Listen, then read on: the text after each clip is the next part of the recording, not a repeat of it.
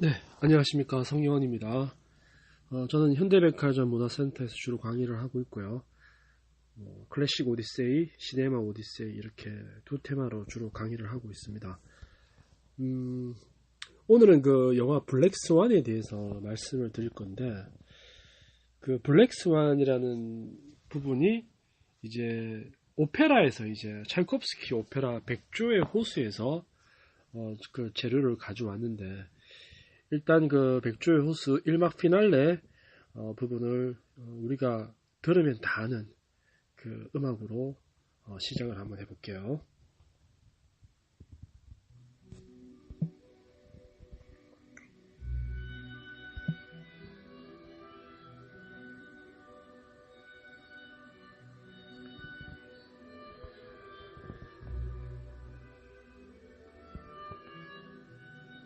자, 차이콥스키 발레 그 백조의 호수는 그 3부작이죠. 백조의 호수가 있고, 잠자는 숲속의 미녀, 그리고 호두까기 인형, 이렇게 세 작품이 있습니다. 백조의 호수에서 하나의 포인트가 뭐냐면은 바로 흑조인 오딜이 아버지의 말만 듣는 순둥이라는 사실이죠. 마치 콩쥐팥이 있어서 팥쥐가 엄마 말만 듣는 바보 같은 순둥이인데, 사람들의 입장에서는 그 아이가 아주 나빠 보이죠. 자, 이러한 것들을 우리가 한번 생각해 본다면은, 과연 선배나 선생님이나 엄마 말만 듣는 것이 과연 덕인인가 선인가 도덕적으로 윤리적으로 어떤가, 이런 부분에 있어서도 우리는 고민해 봐야 될 것인데, 예를 들어서 백조의 호수에서 주인공 오데트가 있죠. 오데트가 주인공이고 오딜이 이제 흑조인데, 그 아버지가, 오딜 아버지가 로트바르트입니다. 로트바르트. 자, 그렇다면 오데트는 정말 착한 걸까요? 오데트는 어떻게 보면은 그 무리에서 일탈을 해서 마치 선녀와 나무꾼처럼 그 왕자를, 그죠? 예, 끼가 있는 거죠. 왕자에게 물론 서로 접근했다고 볼 수 있어요. 그렇게 해서 그 무도회에 이제 초대를 받고 그렇게 일탈한 백조죠. 그 백조는 엄마 부모가 없었을까요? 예, 그렇다면 굉장히 당차고, 예, 그 어떻게 보면은 당돌한 백조가 바로 오딜이 아니고 오데트가 되는 거죠. 그러한 인간만이 멋진 왕자를 바로 소유할 수 있다는 그러한 본질을 우리 선생님들은 이제 아셔야 됩니다. 예. 언제까지 그렇게 동화에서 들려주는 쇠뇌적인 그런 주입식 교육만 받을 수는 없지 않습니까? 바로 당돌하고 아주 끼가 있는 당찬 여성이 주인공 오데트라는 것이죠. 네. 자, 블랙스완을 이제 조금 얘기해 보면요. 블랙스완 안에는 굉장히 이제 여러 가지 그러한 철학적인, 미학적인 요소들이 많습니다. 자, 예를 들어서 블랙스완에서는 이런 것들이 있죠. 니체, 사르트르, 베르구송, 이런 것들이 있는데, 바로 블랙스완 영화는 그냥 많이들 보셨는데, 안 보신 분들은 꼭 보시고요. 정말 한 볼만한 영화예요. 사르트르의 타자와 지옥, 니체의 초인과 마지막 인간, 그리고 영화에서의 어떤 미러 효과, 이런 것들이 영화 안에 내포되어 있는데, 일반인분들은 이제 그런 거를 어떤 의미인지 잘 해석하기가 어렵습니다. 자, 사르트르는 그 타자가 지옥이라고 그랬죠. 우리 인간관계에서 그런 걸 많이 느끼지 않습니까? 이것은 한마디로 내가 있다는 것은 내 혼자만 있을 때는 내가 존재하지 않고 타자, 상대방이 있을 때 그 사회 속에서만 내가 역설적으로 존재할 수 있다는 것이죠. 자, 여기서 보시면은 그 사르트르에 따르면 나 자신이 유일하게 존재할 때에는 내가 곧 시선이고 관점이기 때문에 나는 절대적인 주체로서 존재한다. 그러나 각자 서로 절대적인 주체성을 가진 나와 타자 사이의 관계가 성립하는 경우는 나는 타자의 시선 혹은 주체적인 판단에 의해 존재론적 지위가 변화가 생기며 절대성을 잃고 객관화되고 정형화됨으로써 타자의 세계 안에 정의된 하나의 대상, 외부의 힘에 의해서 판단되고 결정되는 비주체적인 대상으로 전락한다. 이런 점에서 사르트르는 인간관계에 대한 경험을 수치와 다를 바가 없다고 했다. 그렇죠. 우리 연예인들 보시거나 유명한 사람 보면은 나는 그렇지 않은데 어떤 신문의 보도나 방송의 보도나 어떤 그 기자의 어떤 잘못된 정보에 의해서 모든 것이 이제 물론 맞는 정보도 있지만 잘못 판단돼서 그 사람이 아예 그냥 매장당하는 경우가 많죠. 예전에 그 주병진 씨도 그랬던 기억이 좀 있고요. 우리는 어떤 특히 한국 사회에 지금 간음증인데 뭐 하나 딱 걸리면 만원 사냥을 하지 않습니까? 그래서 뭔가 하나 딱 포착이 되는 순간 벌떼처럼 달려들게 돼 있어요. 그 공인이 잘 나가고 돈을 많이 벌면 벌수록 더 그렇게 돼 있습니다. 이 수치와 다를 바가 없다는 거죠. 사르트르는 이제 그렇게 얘기를 한 겁니다. 자, 이게 훔쳐보기, 간음증, 그죠?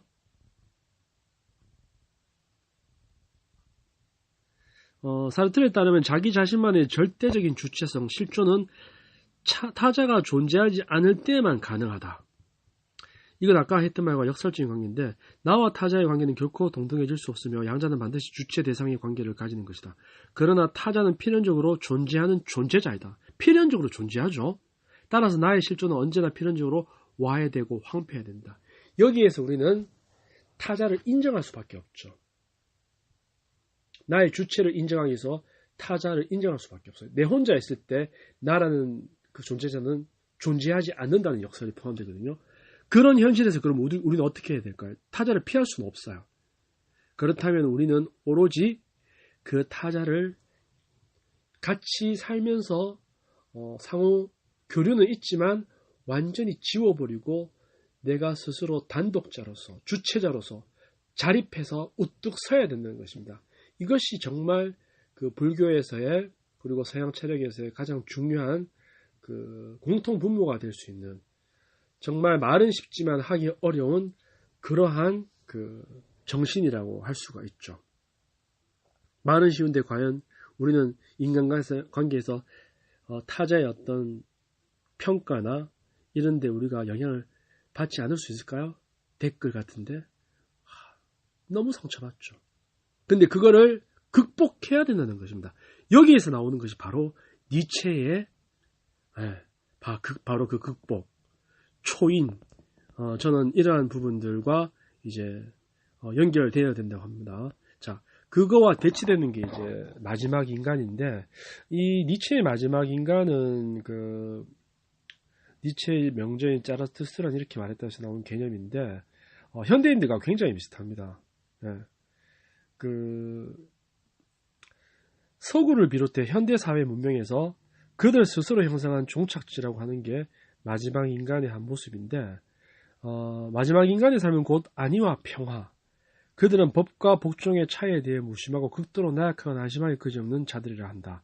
사회 갈등과 분출은 미미하고 모든 개인의 삶 등은 평등하고도 조화로운 피상을 추구한다. 그들은 도저히 참신함과 유동하는 사회나 생각은 엿볼 수가 없고 주체성과 창조는 억압된다.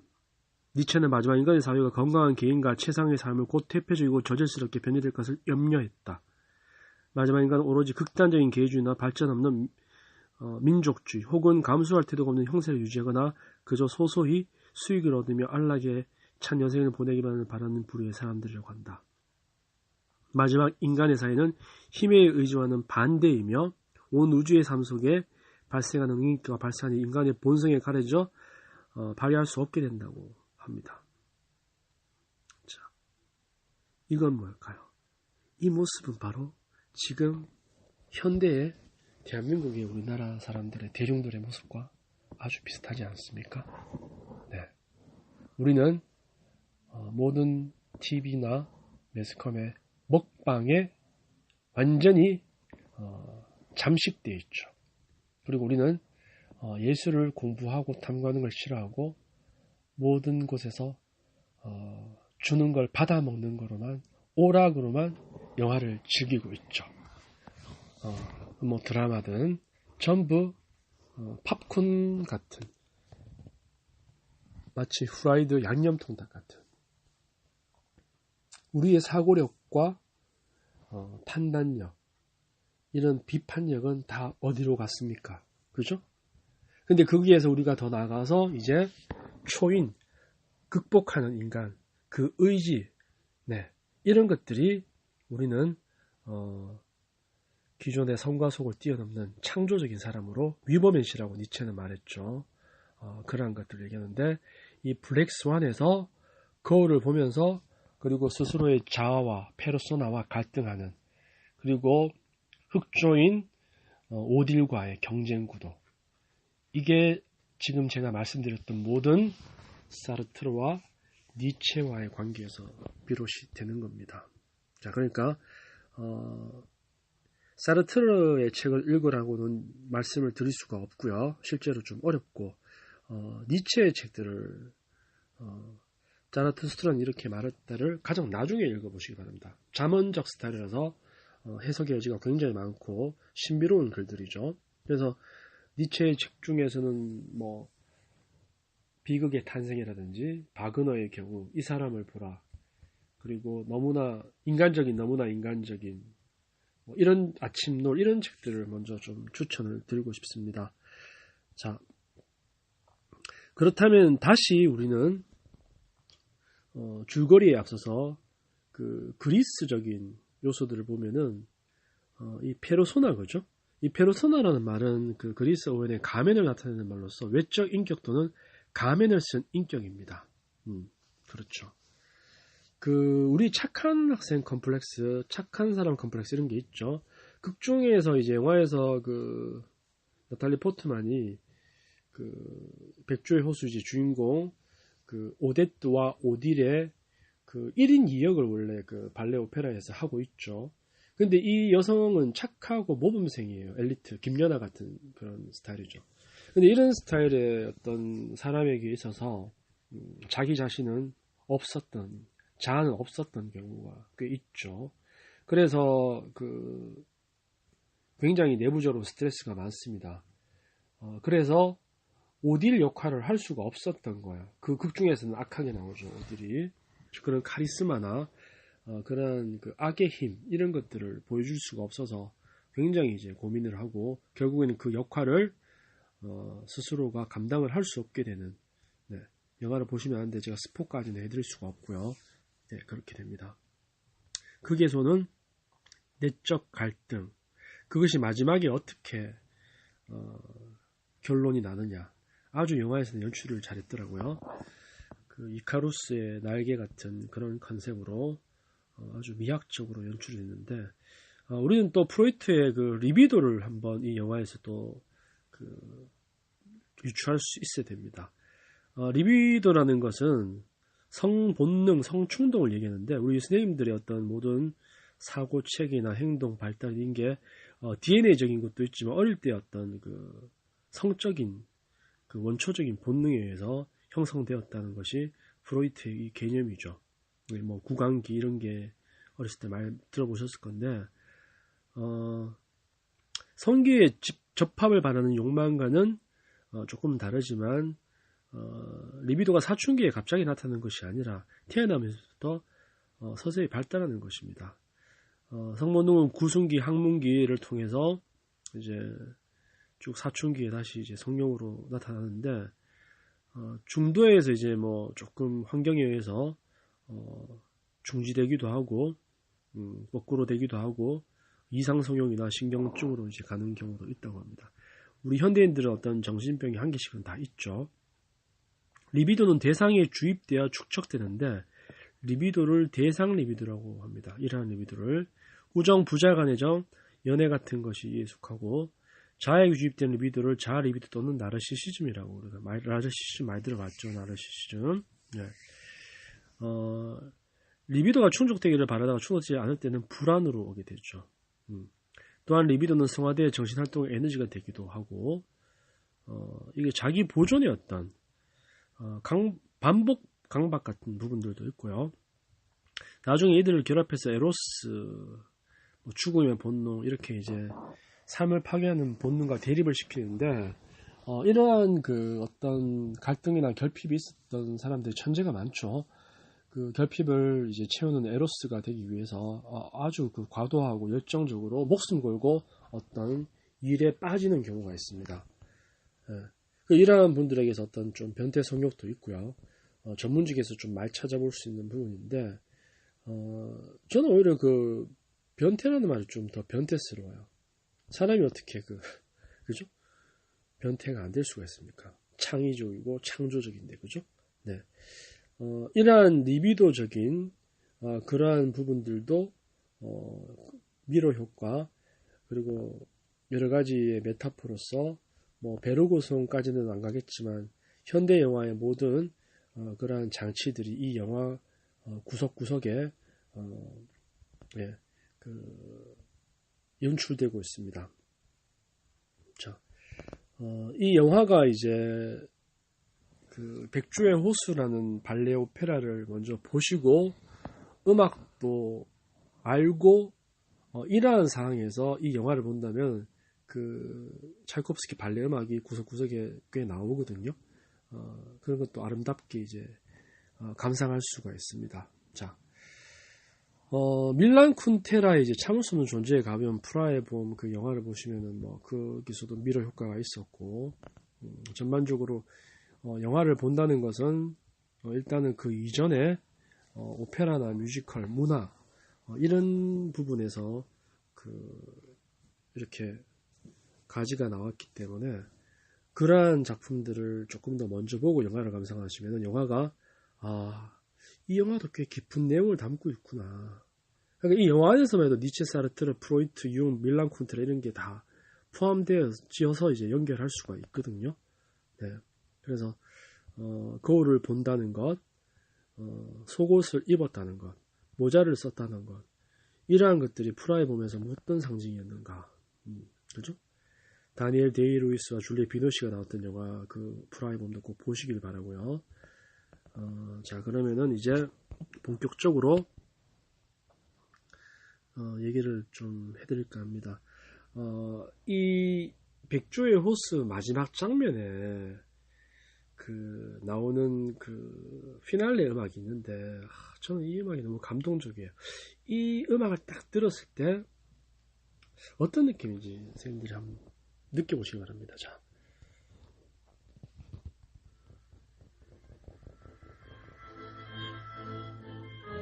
그 음악이 아주 이제 빠르고 경쾌하게 되죠. 아까 들었던 1막 피날레 음악이. 이건 어떤 상황일까요? 무대 위에서는 바로 왕자와 이제 마법사 로트바르트가 이제 서로 공주를 사이에 두고 다투는 그런 지금 상황입니다. 급박한 상황이죠. 음악이 빠르고 긴박하죠. 자, 로트바르트.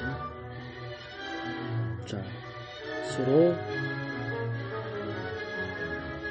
결투를 하고 있습니다. 공주가 왕자에게 가느냐, 마법사 악마의 로트바르트에게 가느냐.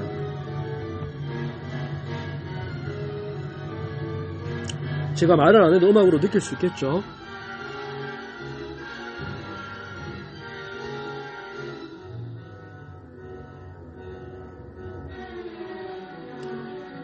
승자는 항상 착한 사람이거나 악한 사람이 아니고 이긴 사람이 승자가 되는 것이죠. 이긴 사람이 선한 사람인가요? 네.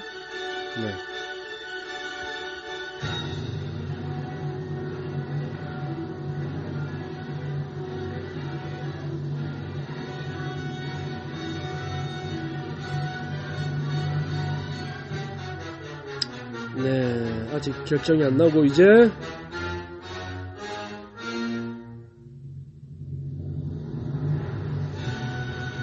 자, 결정이 났습니다.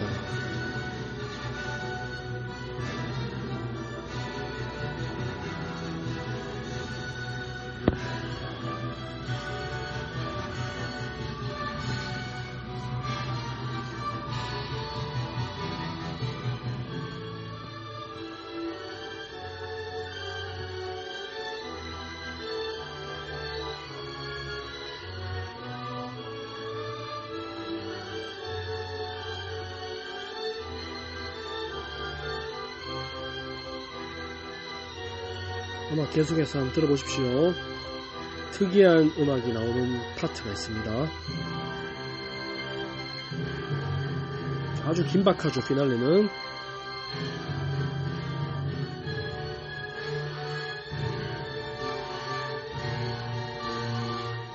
로트바르트가 지금 고뇌에 빠져 있습니다. 왕자와 백조 오데트는 어떻게 됐을까요?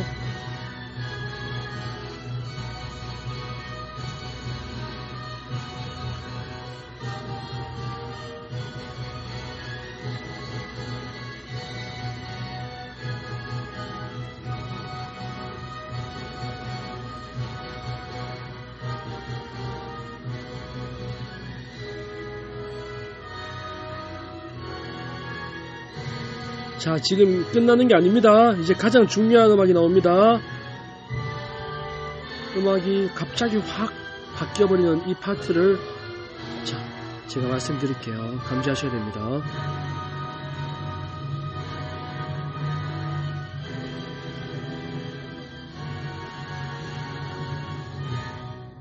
자, 여기서부터입니다. 자, 이 음악이 무슨 느낌이죠?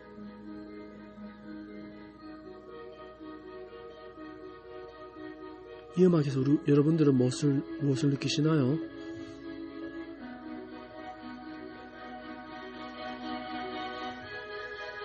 아, 너무 아름답네요. 영상으로 보니까, 음악으로 들으니까.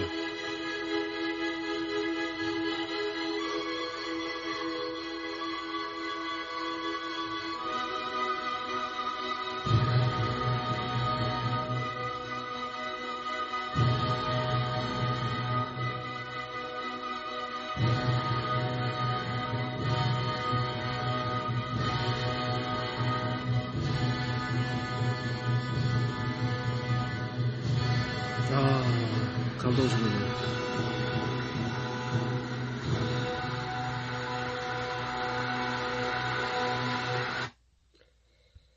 네, 제가 지금 본 것은 아메리칸 시어터 발레를 봤는데요.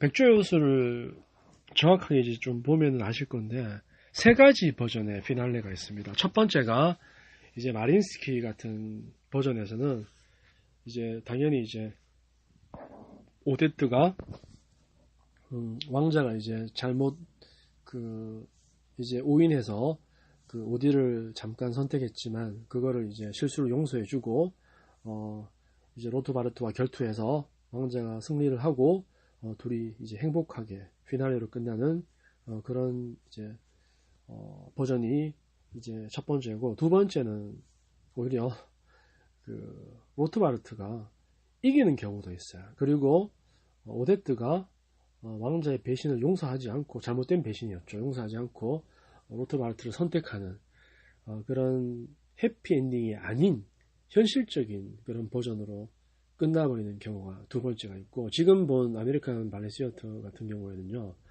트리스탄과 이졸데 같은 버전이에요. 마지막 결투 장면에서 오히려 백조는 그걸 보지 못하고 스스로 왕자와의 영원한 사랑을 위해서 뛰어내리죠. 네. 그 호수에 뛰어내려서 죽어버립니다.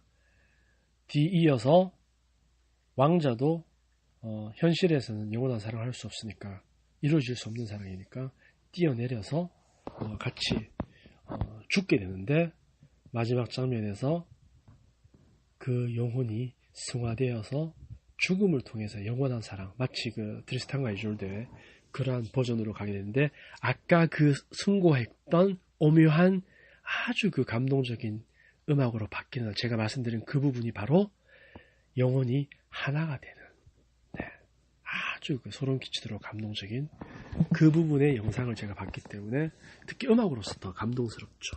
네, 이게 바로 백조의 호수의 그러한 스토리이자 음악입니다. 네, 차이콥스키 대단하죠.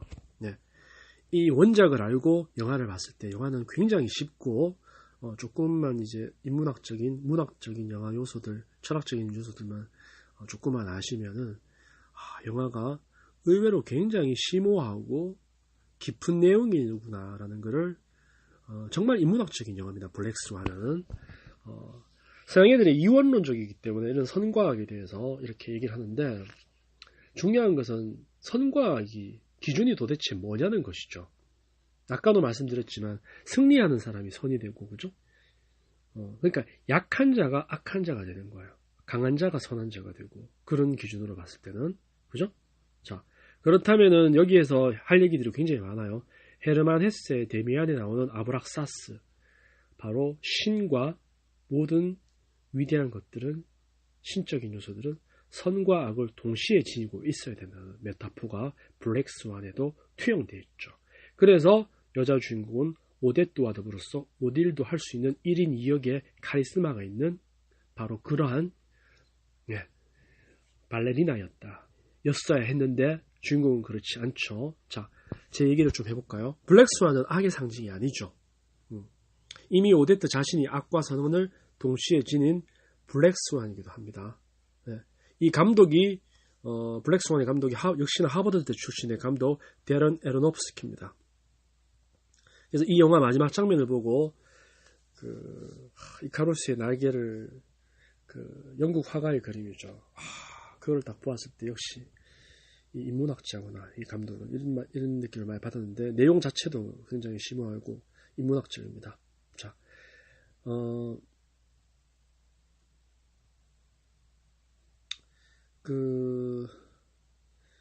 이 블랙스완의 1주제는 음악적으로 제가 말씀드리면은 아브락사스, 선과 악을 동시에 지닌 그런 데미안의 그런 상징이었죠. 그리고 2주제는 이카루스의 날개.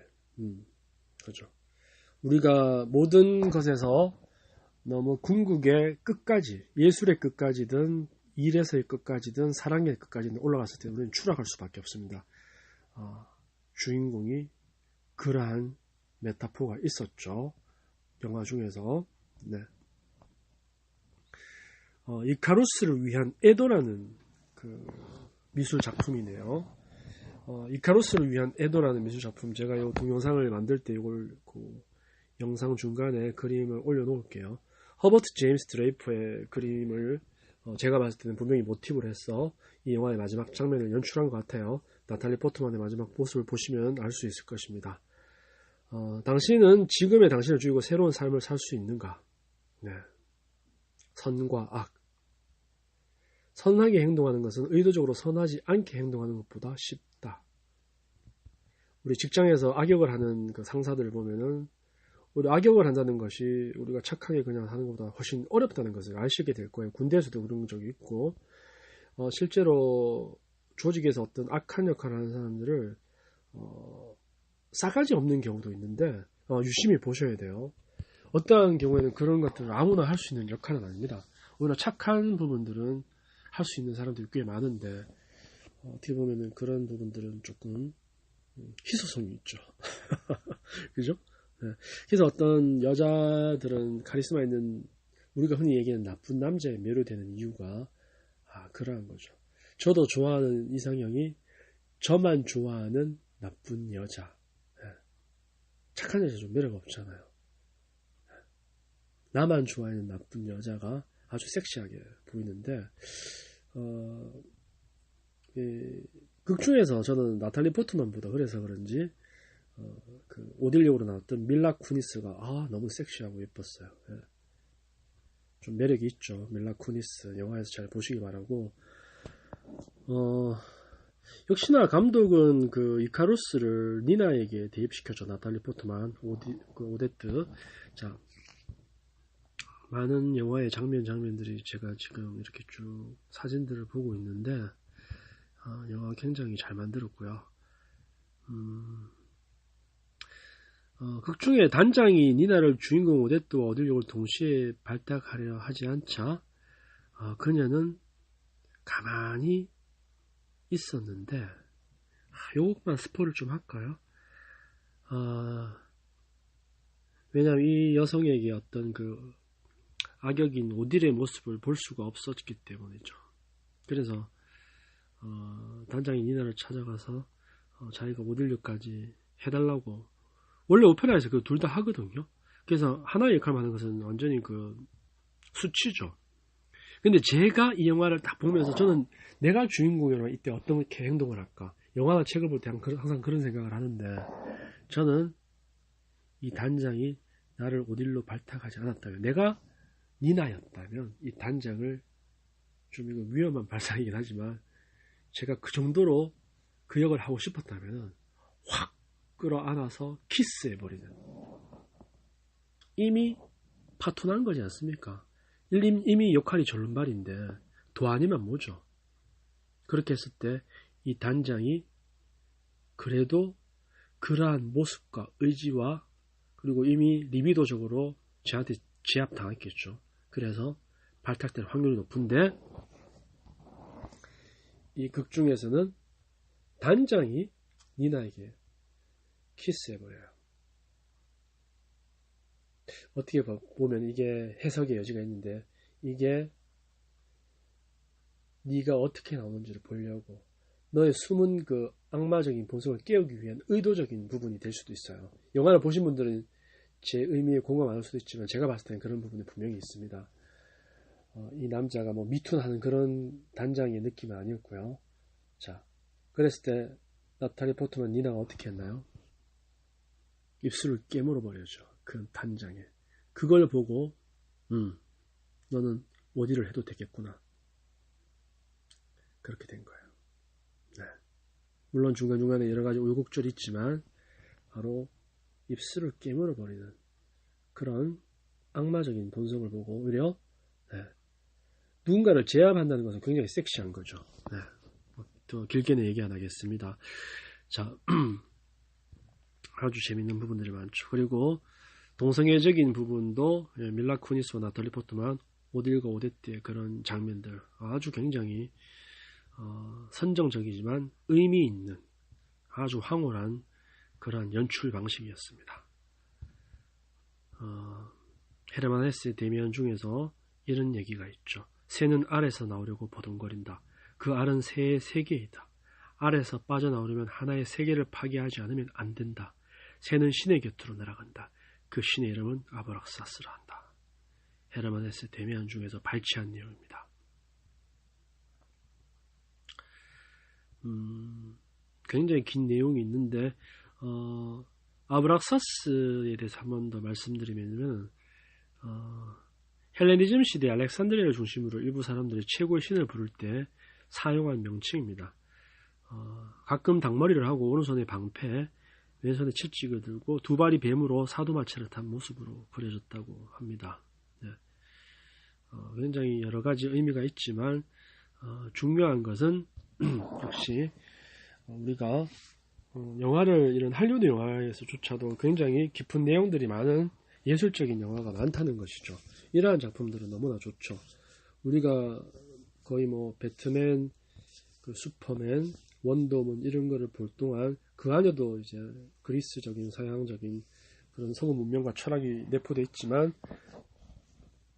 항상 우리는 그리스적인 것을 좀 공부해야 될, 그리스 고전, 철학, 신화죠. 이 세 개는 정말 서양의 기독교 문명과 더불어서 가장 중요한 헬레니즘, 헤브라이즘 두 가지 축입니다. 자, 이 지금 했던 내용도 역시나 제가 오스카 클래식 콘서트라는 밴드죠.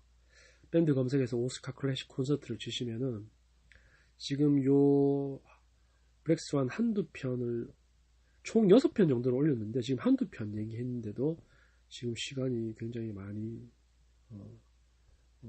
소모됐고 활용이 됐고, 그 안에 내용들은 이 부분보다 더 구체적인 글과 사진들이 제가 이렇게 만들어 놓은 글들이 한 2,000개가 가까이 됩니다. 블랙스완 이제 6개라고 말씀드렸는데 딱 2편만 읽었는 게 이 정도 지금 분량입니다. 음악들도 다 올려놨고, 사진도 올려놨고, 글도 올려놓고, 사르트르, 니체 이런 그 부분도 발췌해 놓은 부분이 있으니까 거기 가서 조금 더 공부해 보시기 바랍니다. 저한테 가입 요청을 하시면 되겠죠. 자, 이상으로 오늘 블랙스완에 대해서 다루었는데, 중요한 것은 영화를 재밌게 음미하면서 보시라는 거죠. 왜 감독은 이러한 장면과 이러한 음악과 이러한 타이밍에서 이러한 여러 가지 예술적 요소들을 우리에게 보여주는가, 감독의 의도는 무엇인가, 굉장히 철학적이고 그러면서도 아주 미학적인 그런 한편의 예술 영화라고 할 수 있습니다. 주인공 너무나 매력적이죠.